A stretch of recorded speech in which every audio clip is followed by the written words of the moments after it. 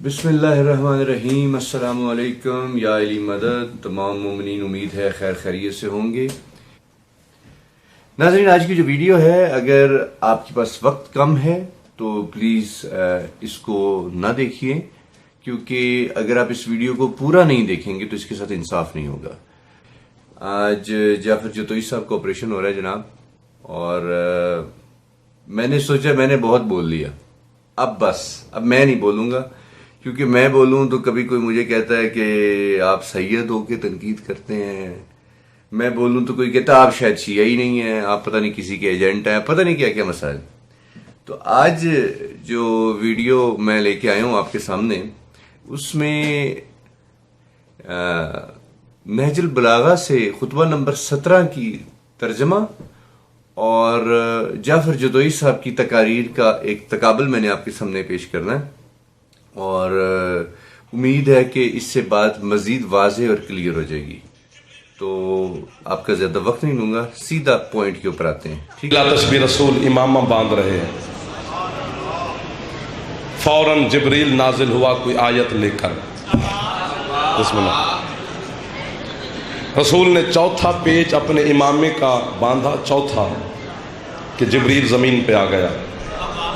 जिब्रील ने दिल में सोचना शुरू किया, दिल में सोचकर कहते यार अगर मैं ना होता तो ये कुरान कौन लाता। कितनी खूबसूरत बात हो गई। मैं आपसे दाद क्यों मांगू, ज़ाहिर है आपको में से कुछ रोजेदार तशरीफ फरमा होंगे, सबको ना भी हुआ तो कुछ तो ऐसे होंगे ना। और इस वक्त आपका बैठना भी बड़ा मौजज़ा है, रोजे की हालत में, बोलना तो दूर की बात है। दाद मैं नहीं मांगूंगा आपसे। मैं ना होता तो ये कुरान की आयतें कौन लाता।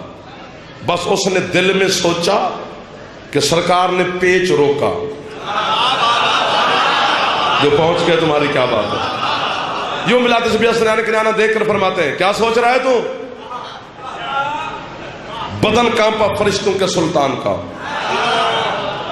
फेफड़े कांपे सैयदुल मलाइका के। सरकार मैं गुस्ताखी की नीयत से नहीं सोच रहा था। फरमाया फिर भी क्या सोच रहा था। सरकार मैं यही सोच रहा था जो अब बोल पा वो मेरे साथ 35-40 मिनट बोलता रहेगा, जो अब ना बोला वो 35 मिनट भी ना बोले, मैं उससे राजी खड़ा हूं। सरकार मैं यही सोच रहा था कि अगर मैं ना होता तो ये आयतें, ये कुरान कौन लाता।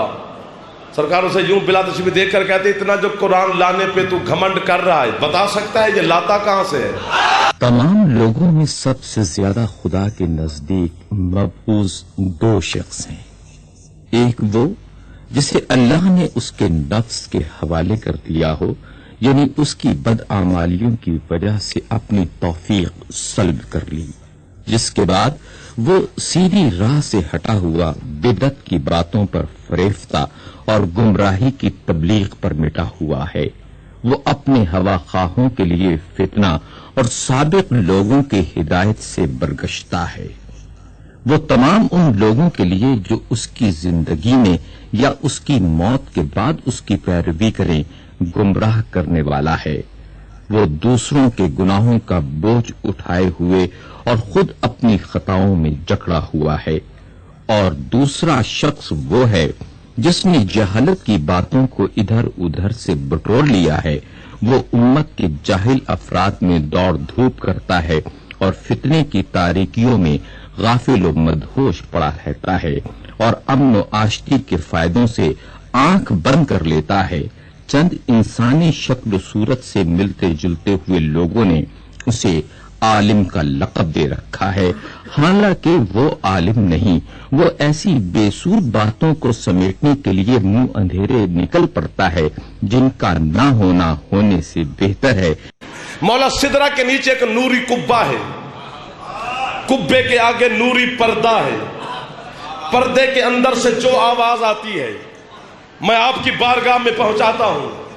फरमाते हैं जिब्रील कभी पर्दा हटा के देखा है, कभी पर्दा हटा के देखा है। मौला नहीं, पर जल जाएंगे। फरमाया आज हम इजाजत देते हैं, जा हटा पर्दा। बस हुक्म मोहम्मद की तामील में यूं पलक झपकने से पहले उस नूरी कुब्बे के सामने पहुंचा, अपना मलकूती हाथ बिला तस्बीह उस नूरी कुब्बे में डाला।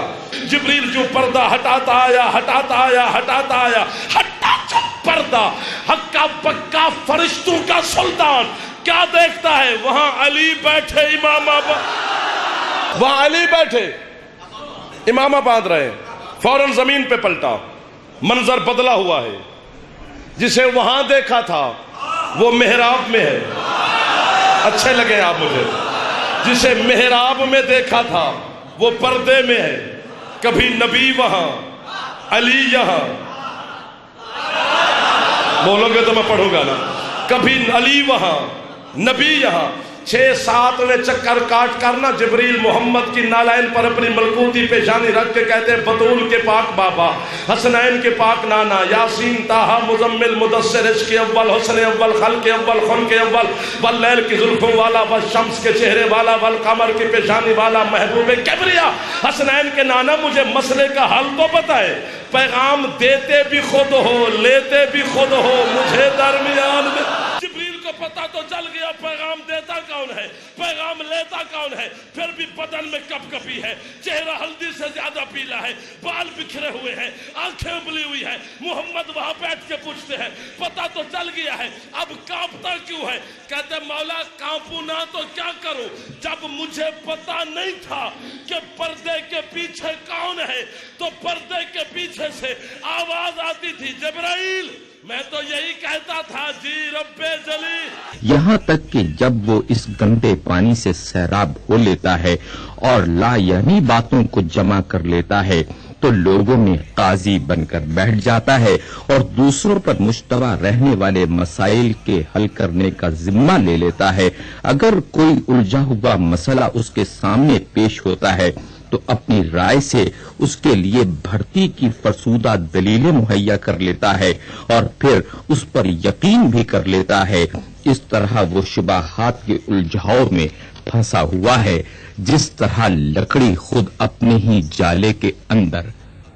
वो खुद ये नहीं जानता कि उसने सही हुक्म दिया है या गलत। अगर सही बात कहीं भी हो तो उसे ये अंदेशा होता है कहीं गलत ना हो, और गलत जवाब हो तो उसे ये तवक्को रहती है कि शायद यही सही हो। शब मेराज तुम्हें पता है जिब्रील सिदरा पे रुक गया था। यहाँ पर भी मैं हाथ बांध कर हजरत जिब्रील अलैहिस्सलाम से माफी मांग रहा हूँ कि मुझे तेरे अकीदे में हल्की फुल्की सी कमजोरी नजर आती है कि जब हसनैन के नाना शब मेराज गए, रसूल 7-8 कदम सिदरा पे चल के पीछे मुड़कर मोहम्मद ने जिब्रील को देखा तो वो रुका खड़ा था। फरमाता जिब्रील आना, तो उसने वहीं हाथ बांध के कहा, मौला मैं आगे नहीं आ सकता, मेरे पर जल जाएंगे।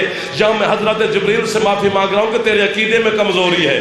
जब मालिक कह रहा है आना तो फिर आना। झांग दी मिट्टी। ओ भाई, अगर जिब्रील मुकस्सर है तो हमें लोग मुकस्सर कहें तो क्या बुरा है। अगर जिब्रील भी मुकस्सर है तो भाई जाफर जतोई साहब ने तो कमाल कर दिया। खैर, मैं आपको वीडियो मजीद सुनने देता हूँ। आना तो फिर जिब्रील भी फारग है, हम किस खेत की मूली है। वो जेड़ा नबियां, वो जेड़ा मलाइका दा सरदार है वो भी फारग, तो फिर शिया बेचारे जेड़े मुकस्सर बने फिरदे ने, इन्हां दा की कसूर है। चलो जी जाफर जतोई साहब, तुसी जिब्रील तो भी हुण वध दे गए, तुहाडा अकीदा जिब्रील तो क्रॉस कर गया है, तुसी अगले लेवल तो चले गए। जियो भाई जियो, सुनने वालियां दी भी शाबाश है। वो जहालतों में भटकने वाला जाहिल और अपनी नजर के धुंधलेपन के साथ तारीकियों में भटकने वाली सवारियों पर सवार है। न उसने हकीकत इल्म को परखा, न उसकी तह तक पहुंचा। वो रिवायात को इस तरह दरहम भरम करता है जिस तरह हवा सूखे हुए तिनकों को। खुदा की कसम, वो इन मसाइल के हल करने का अहल नहीं जो उससे पूछे जाते हैं, और न इस मनसब के काबिल है जो उसे सुपुर्द किया गया है।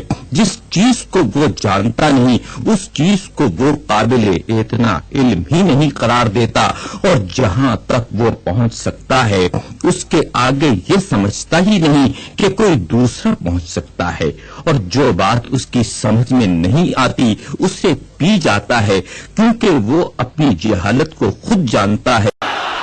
इमाम शाफी ने कहा था, मुझे शक पड़ गया है, शक कि अली रब है। इस्माइल साहब अल्लाह मकाम हो, वो लिखते हैं कि मुझे शाफी ख्वाब में मिला, जागना, लुत्फ लेना। میں نے شافی سے کہا تو نے میرے علی کو رب کیوں کہا؟ اس نے کہا اسماعیل انصاف کر، جس بھری دنیا میں مجھ شافعی جیسا بندہ اپنے آپ کو امام کہلوائے، وہاں علی کا تو حق بنتا ہے نا رب کہلوائے۔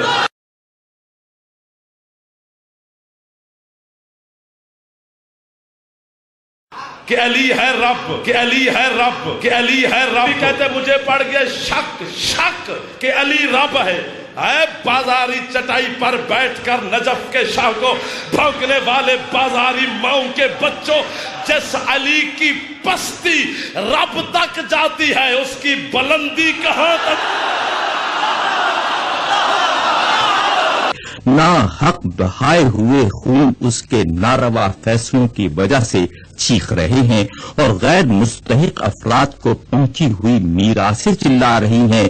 اللہ ہی سے شکوہ ہے ان لوگوں کا جو جہالت میں جیتے ہیں اور گمراہی میں مر جاتے ہیں۔ ان میں قرآن سے زیادہ کوئی بے قیمت چیز نہیں، جبکہ اسے اس طرح پیش کیا جائے جیسا پیش کرنے کا حق ہے، اور اس قرآن سے زیادہ ان میں کوئی مقبول اور قیمتی چیز نہیں اس وقت جبکہ اس کی آیتوں کا بے محل استعمال کیا جائے۔ ان کے نزدیک نیکی سے زیادہ کوئی برائی اور برائی سے زیادہ کوئی نیکی نہیں۔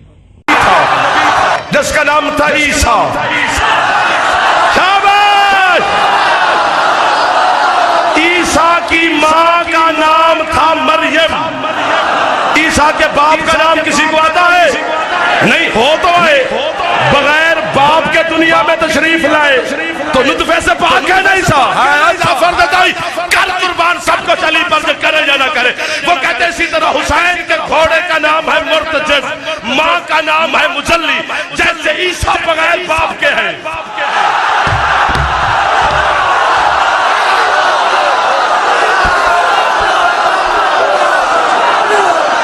وہ کہتے جیسے عیسیٰ بغیر باپ کے ہیں ویسے مرتجز بھی بغیر باپ کے ہیں، جیسے عیسیٰ نطفے سے پاک ہے ویسے مرتجز بھی نطفے سے پاک ہے۔ عباس مولا گھوڑے سمیت اشعل سمیت نہر الکما میں داخل ہوا۔ غازی نے گھوڑے سے کہا آ گیا پیلے پانی۔ کہتے مولا نا میں تیرا گھوڑا ہوں، مجھ سے ترک اولا نہیں ہوتا۔ میرا مرشد علی،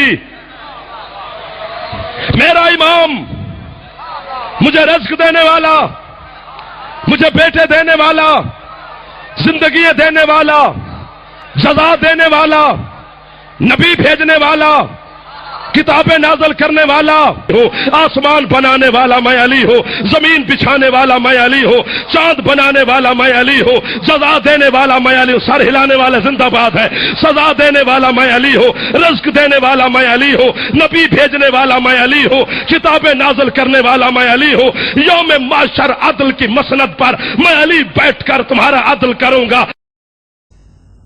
علامہ مفتی جعفر حسین صاحب قبلہ نے اس خطبے کے حواشی میں تحریر کیا ہے۔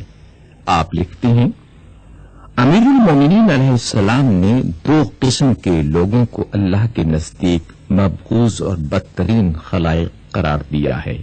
ایک وہ جو سرے سے اصول عقائد ہی میں گمراہ ہوں اور گمراہی کی نشر و اشاعت میں لگے رہتے ہیں، اور دوسرے وہ جو قرآن و سنت کو پسے پشت ڈال کر اپنے قیاس و رائے سے احکام گھڑ لیتے ہیں اور اپنے مقلدین کا ایک حلقہ پیدا کر کے ان میں خود ساختہ شریعت کی ترویج کرتے رہتے ہیں۔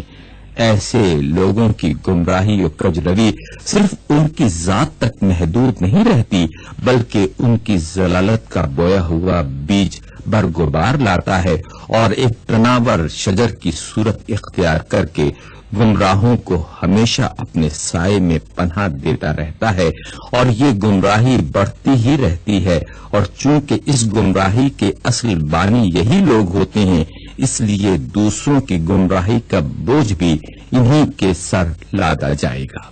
نہج البلاغہ۔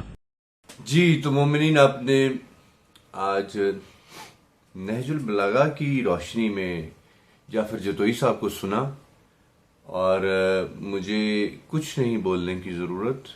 آپ سمجھیں، اگر سمجھ میں آئے تو بہت اچھی بات ہے، اگر آپ کو لگے کہ میں نے خطبہ غلط جگہ پر فٹ کیا ہے تو آپ کے نصیب. بہرحال وش یو گڈ لک. انشاءاللہ ہم سب کوشش کریں گے کہ ہم امام کی رکاب میں شامل ہوں اور ظلم کے خلاف لڑیں. دعاؤں میں یاد رکھیے گا. السلام علیکم. یا علی مدد.